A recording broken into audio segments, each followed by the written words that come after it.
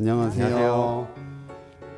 네, 발뒤꿈치 통증을 호소하시는 분들이 많은데 발뒤꿈치 통증이 어떤 질병 때문에 일어나는 걸까요?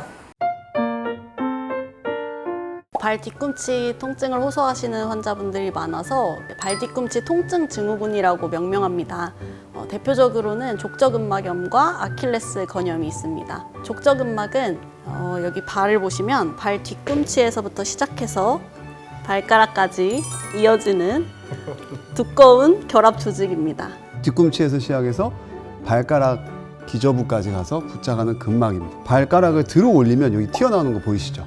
튀어나오는 거. 이게 족저근막입니다. 족저근막은 발의 아치를 유지하고 충격을 흡수하는 기능을 하는데요. 미세한 손상이 반복되면 그것이 축적돼서 염증을 일으키게 되고 그것을 족저근막염이라고 합니다. 아킬레스건은 종아리의 비복근과 가자미건을 이 뒤꿈치에 부착시킵니다. 무릎에서부터 시작되는 근육과 경골이랑 비골이 있는 이 아래쪽에서 내려가는 근육 두 개가 합쳐져 가지고 내려가서 여기에 부착을 하는 이게 아킬레스건입니다. 걷기나 뛰기, 이런 점프 같은 운동 기능에 굉장히 중요한 역할을 하는데요. 부하가 과도하게 걸리거나 손상이 반복되면 이제 아킬레스 건염을 발생시키게 됩니다. 첫 발을 내디딜 때 많이 아프다 그래요. 아킬레스 건염이나 족저근막염 둘 다 자고 일어나서 첫 발 내디딜 때, 잘 때 발바닥은 위축이 되고 아킬레스건도 이렇게 있어야 되는데 위축이 되잖아요.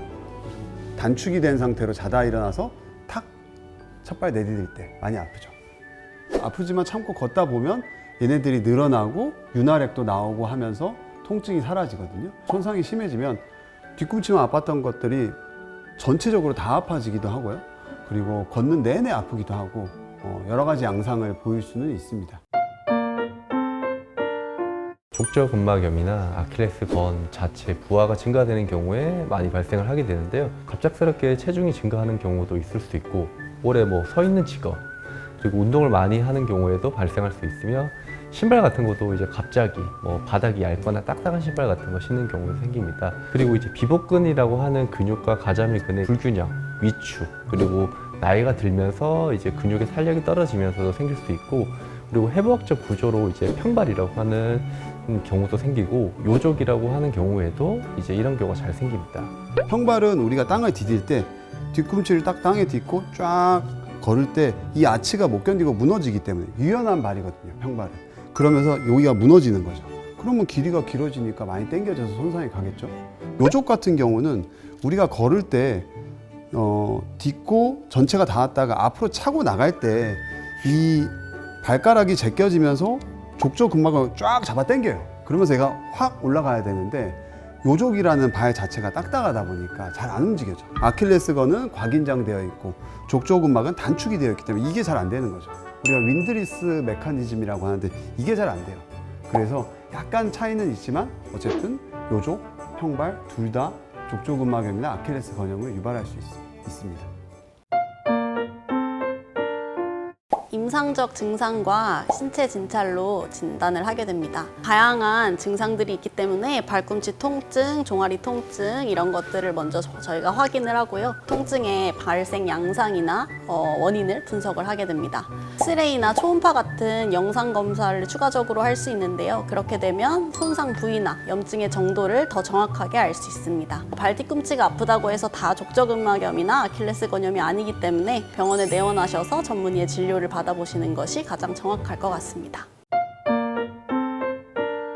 치료 중에는 제일 중요한 게 이 족저근막이랑 비복근 사이에 있는 스트레칭이 제일 중요합니다. 스트레칭만 잘 하게 된다고 하면은 증상이 재발 방지도 할 수 있고 통증도 많이 완화가 될 건데 보통 병원에 오는 경우는 그 단계를 좀 넘어섰죠. 그래서 보통은 소염제라고 하는 약물 치료를 하면서 어느 정도 염증을 좀 없애고 이제 스트레칭 하면서 치료를 하게 됩니다. 근데 보통 그런 경우에도 계속 증상이 유발이 되는 경우에는 결국 근본적으로 이제 족저근막이라든지 아킬레스건, 비복근 근처에 체외 충격파를 하면서 그쪽 근육을 조금 풀어주고 그쪽 부위를 재생시키는 방법이 제일 효율적입니다.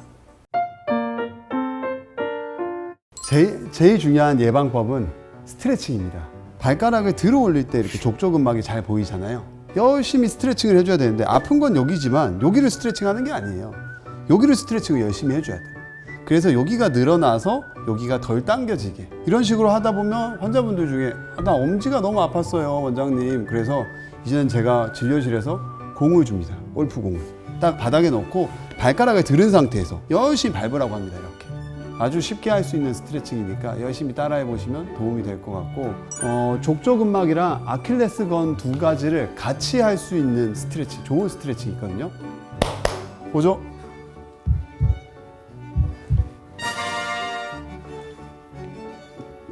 일단 손목을 모으고요.